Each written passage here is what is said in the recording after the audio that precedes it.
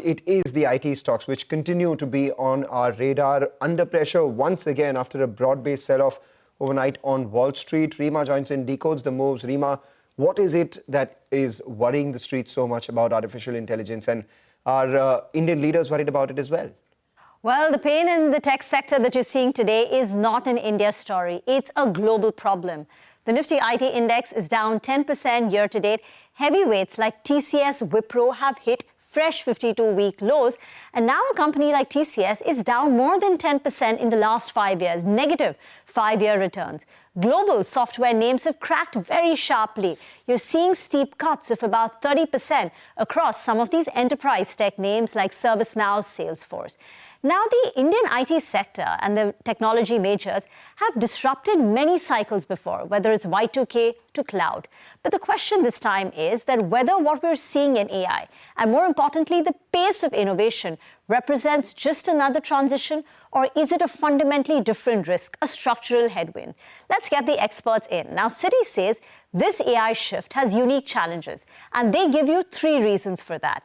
Unlike the cloud cycle, where the Indian IT sector was the challenger, gaining share, this time it's entering in as the incumbent. The sector has doubled in size since the last major tech shift, making it more exposed to disruption rather than being the disruptor. 2, the AI's impact is far more pervasive this time.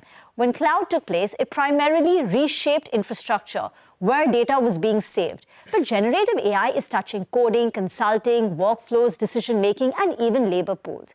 And finally, Citi makes the argument that the new AI revenue pools coming in from AI are still very small, still exploratory, so not enough to offset the pressure seen on legacy services.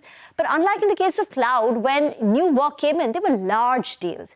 But brokerage views are still a divided house. Now, HSBC offers a counterpart. They think that LLM-driven products will not materially displace SaaS, pointing out that there are virtually no documented instances of a Fortune 500 company replacing a core SAP or a CRM platform with a standalone AI model. 2, they're saying that, there are decades of business contextual knowledge embedded in these platforms like SAP and Salesforce, and that remains a strong moat, so it's not that easy to simply replace it.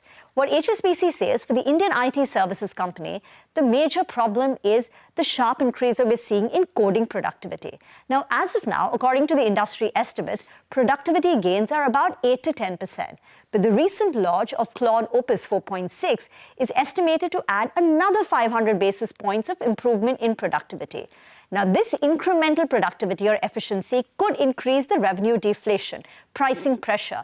But HSBC still believes the impact is not going to be very materially significant at this stage.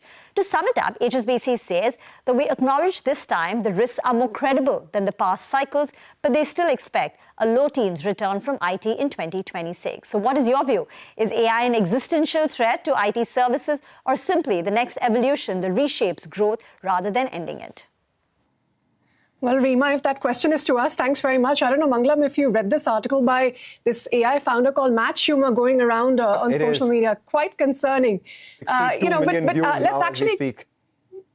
Yeah, 64 million and counting views. But